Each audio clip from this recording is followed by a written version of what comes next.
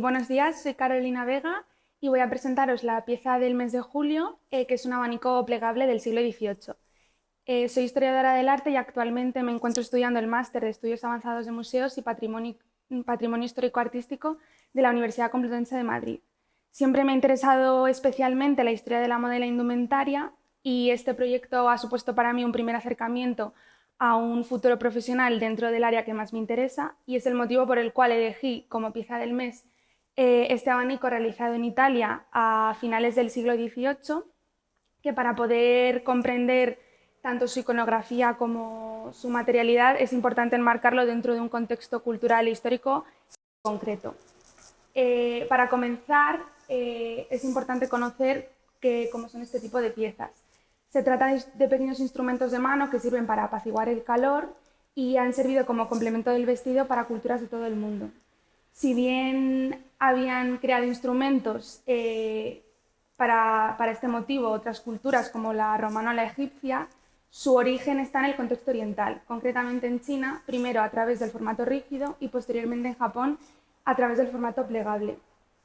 Estos instrumentos llegan a Europa fruto de las relaciones comerciales con Oriente a partir del siglo XV y al igual que la porcelana llega como un instrumento asociado al lujo y al exotismo y como su nombre indica, el abanico plegable consiste en una pieza formada por una serie de varillas que se sujetan por un pivote central sobre las cuales se coloca una hoja que puede ser de materiales diversos, que es de material flexible.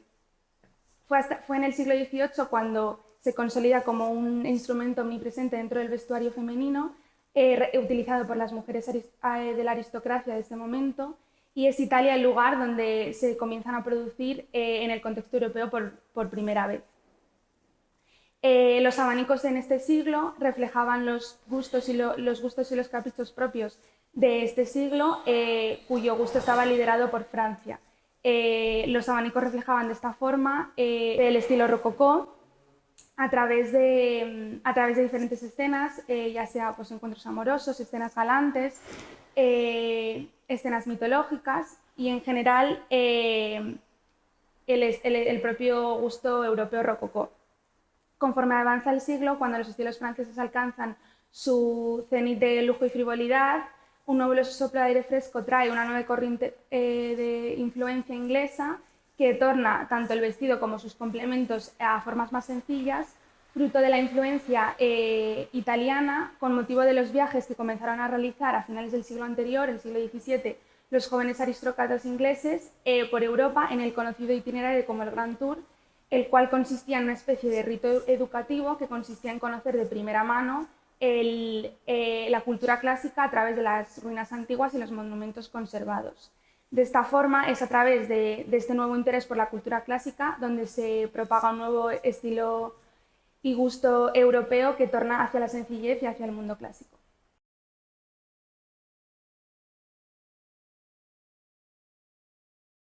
Una vez he visto la importancia que tenían los abanicos en el siglo XVIII y la proliferación de este nuevo viaje llamado Grand Tour, es importante destacar que el coleccionismo de arte fue otra de las motivaciones por realizar este itinerario, sobre todo en la ciudad de Roma, que se había consolidado como el centro cultural y artístico de todo este viaje, siendo el lugar que contenía los mayores vestigios de la antigüedad. Sin embargo, este coleccionismo de arte era accesible para aquellos que tenían mayor poder adquisitivo, lo que provocó el florecimiento de un nuevo mercado turístico más asequible, ya que ya a finales de siglo el Grand Tour se había democratizado hacia clases medias, lo que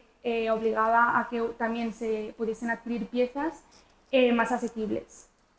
lo que podríamos denominar como pequeñas piezas souvenir. Aunque el concepto de souvenir no surge hasta el siglo XIX, este tipo de mercado es sin duda un claro antecedente. Y es que al final lo que entendemos por souvenir actualmente es la adquisición de una pieza como recuerdo de algún lugar o una experiencia determinada. Este tipo de piezas podrían ser muy variadas, ya sean camaceos, micromosaicos, grabados, pequeños dibujos y también abanicos plegables, ya que por su propia naturaleza material, la hoja del abanico permitía ser un pequeño lienzo que daba margen a ser ilustrado según los gustos y los intereses de los viajeros. Los dos centros de producción principales fueron Roma y Nápoles, siendo estas dos ciudades donde se pudo apreciar y ver cómo se podía democratizar este acceso a las bellas artes a través de piezas más accesibles para los viajeros, los cuales adquirían los abanicos para las damas de su familia y siendo un recuerdo de viaje muy asociado al propio gusto y la moda de la época, ya que el abanico era sin duda el complemento estrella. No hay mucha información acerca de su manufactura y de cómo estaban realizados. Muchos de estos abanicos, la mayoría de ellos, no tienen autoría y solían realizarse en la base en marfil o en hueso, mientras que la hoja solía hacerse en piel. Y estos estaban ilustrados mediante la técnica del gouache a mano, o bien también se proliferó la producción de abanicos impresos que podían ser o no coloreados posteriormente, lo que también generaba una mayor envergadura para este acceso al mercado del arte turista. Como piezas de recuerdo, estos abanicos se decoraban con imágenes italianas claramente identificables, como paseos por la ciudad moderna, ruinas antiguas o cualquier imagen que asociase la experiencia de viaje con algún elemento reconocible de la ciudad italiana.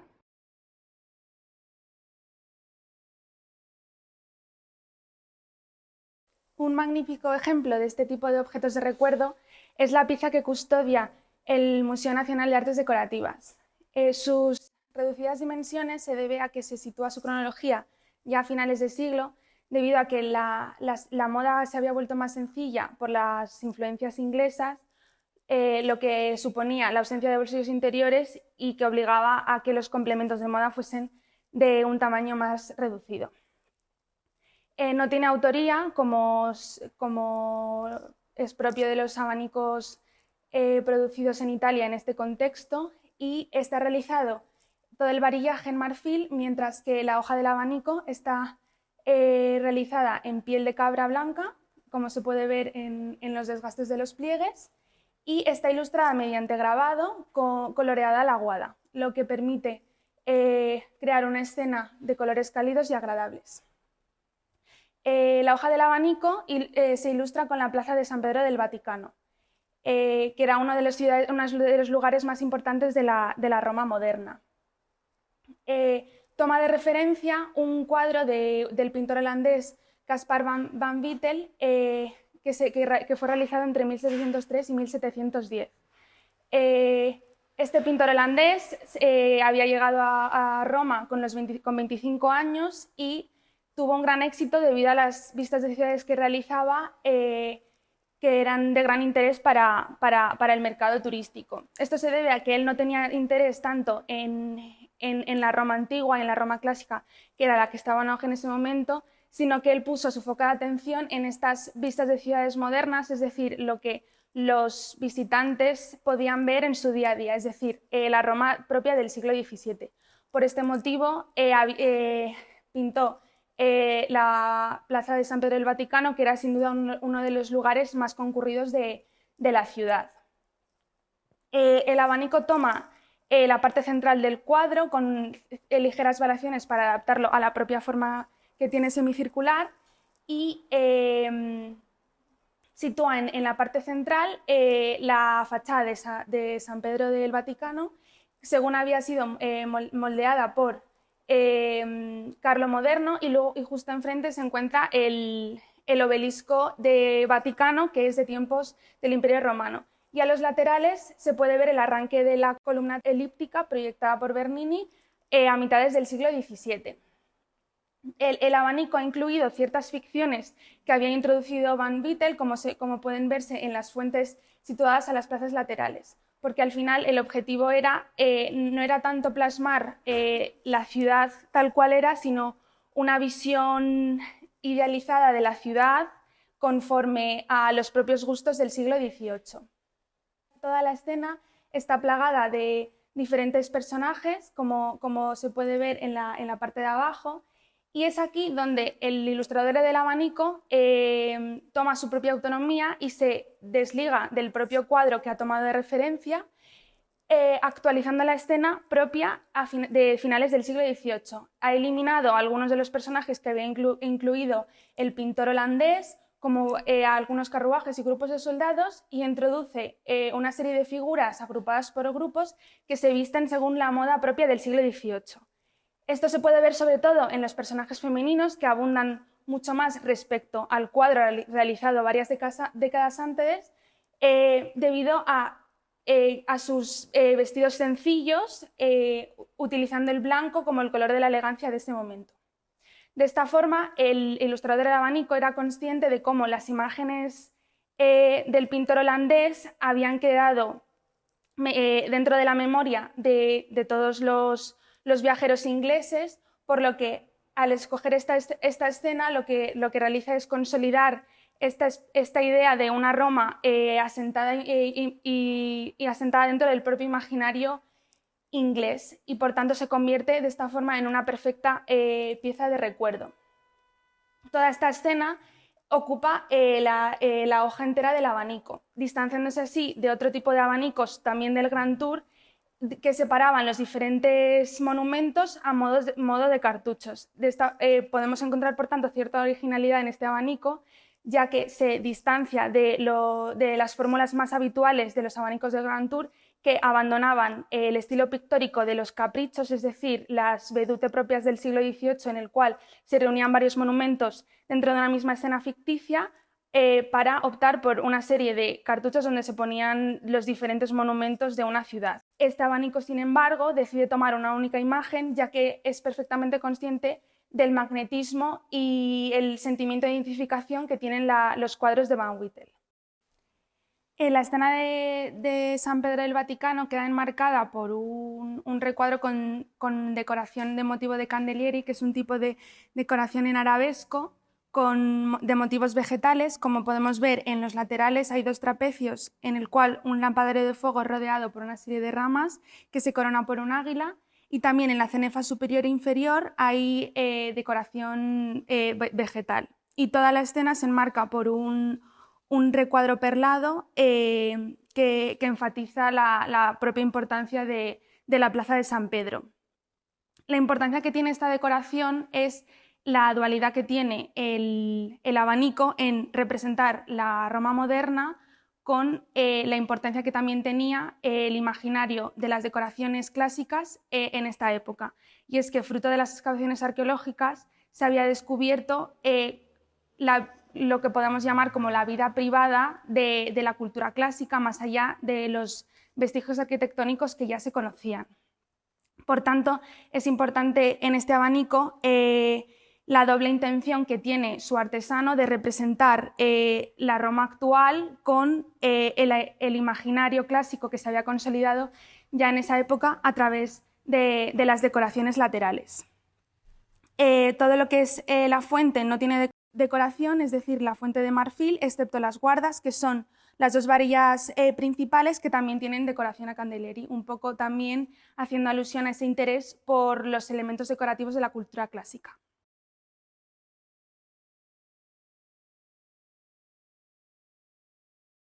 La pregunta a todo esto es cómo un abanico inglés o enfocado al público inglés ha llegado al Museo de Madrid. Pues lo que se baraja como hipótesis, según el historiador José Luis Valverde Merino, es que este abanico pertenecía al conde Ducanón, que era un conde que había realizado el Grand Tour en el año 1777 y cuyas adquisiciones artísticas, entre las que se encontraban 8 abanicos, viajaban al bordo del navío Westmoreland, que fue una fragata inglesa que en diciembre de 1778 fue asediada por los franceses debido al conflicto en el Mediterráneo que había entre Inglaterra y Francia, fruto del apoyo de Francia a Estados Unidos en la Guerra de Independencia. Y en dicho navío se encontraban 57 cajas con adquisiciones artísticas de viajeros ingleses del Grand Tour en Italia, y estas cajas fueron vendidas por Francia a España. Y de esta forma el abanico llega aquí. También se piensa que pudo haber sido adquirido por la infanta María Luisa de Parma, ya que estaba muy interesada en este tipo de complementos a la moda. Y en un catálogo de 1920 sí aparece mencionado en el catálogo de la exposición Abanico en España, un abanico grabado con ilustración coloreada, sin embargo, no detalla la iconografía, por lo que tampoco se puede concluir que se trate exactamente de este abanico. Además, con la Guerra Civil Española, muchos de estos bienes fueron depositados en el Banco de España para su resguardo y, como no fueron luego solicitados, el Servicio de Recuperación Artística los dividió entre el Patrimonio Nacional y el Museo de Artes Decorativas. Y todo este proceso ennubla un poco el posible origen de este abanico. Pero sin duda podemos afirmar de que se trata de un ejemplo perfecto de abanicos del Grand Tour, siendo un recuerdo para los inolvidables escenarios italianos, para la memoria de los viajeros que acudían a Italia.